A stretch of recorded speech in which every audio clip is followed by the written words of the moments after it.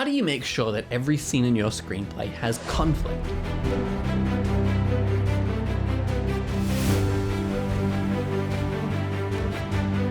Conflict is what keeps a scene alive.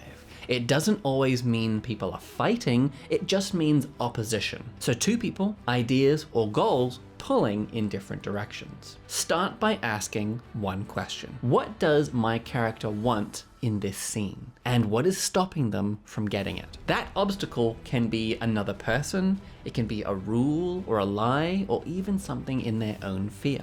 If there is no obstacle, then there is no conflict, and the scene has no purpose. For example, if a detective wants a confession, the conflict is the suspect refusing to talk. If a couple wants peace, the conflict might be the truth that they are both avoiding. The strongest scenes aren't about who wins, they are about the struggle. You can create tension by giving both sides a valid reason to push. So when the audience understands why both characters are actually right, the conflict feels quite real. Even quiet moments can still have conflict.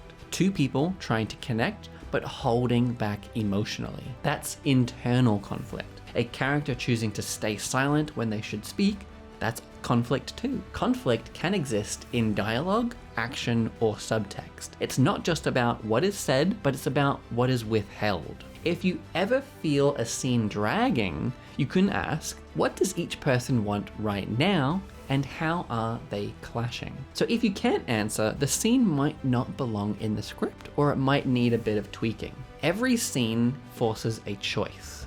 That's what keeps the audience watching, and that's how you write conflict into every single scene. And if you want a place where you can actually practice building conflict into real scenes, the 10-day screenwriting course in the description gives you room to try it out inside of a full script. So thank you for watching, and I will see you in the next video.